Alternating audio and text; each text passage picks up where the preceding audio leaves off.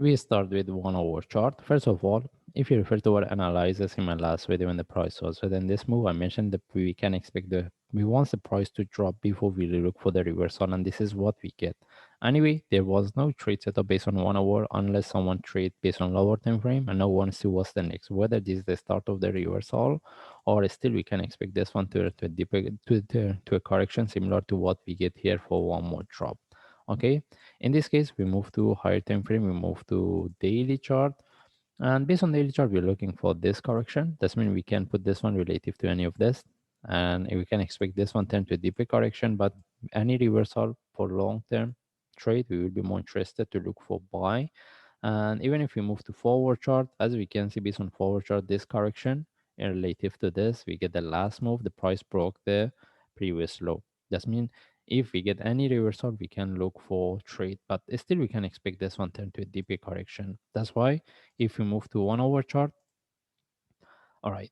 First of all, based on 1 hour chart, if we put this low relative to the previous one, we see we have a divergence as well here. Okay, that's why from now any reversal we will take the trade.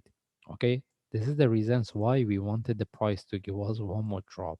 And now, if we want to look for buy, no, if he wants to look for buy, we prefer to get the reversal with a sharp move flag. We take the trade, and with the breakout of 290, we have to start to manage. Okay, but as I mentioned, we need to get the sharp move. Even if we get the trade, we need to get the sharp continuation as a sharp move. If it turns to a corrective move, we take out the trade because still we can expect this one turn to a corrective move in relative to this for flat for one more drop. That's why if we want to look for buy, we have to get the reversal.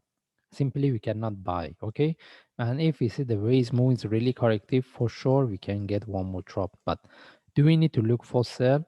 It depends what we get. We need to look into it whether we can look for the sell or not. And what we prefer, again, we are more interested in the buy. Okay, anyway, right now we're looking at this. We want to see whether we can get any trade setup for buy. If we get, we take it. And again, if we see the continuation with the short move with the breakout of 290, we start to manage. Anyway, right now we don't have any trade setup. The only thing says we want to see what we get here. In this case, we just follow the chart. If I see any update, I will share. Thanks.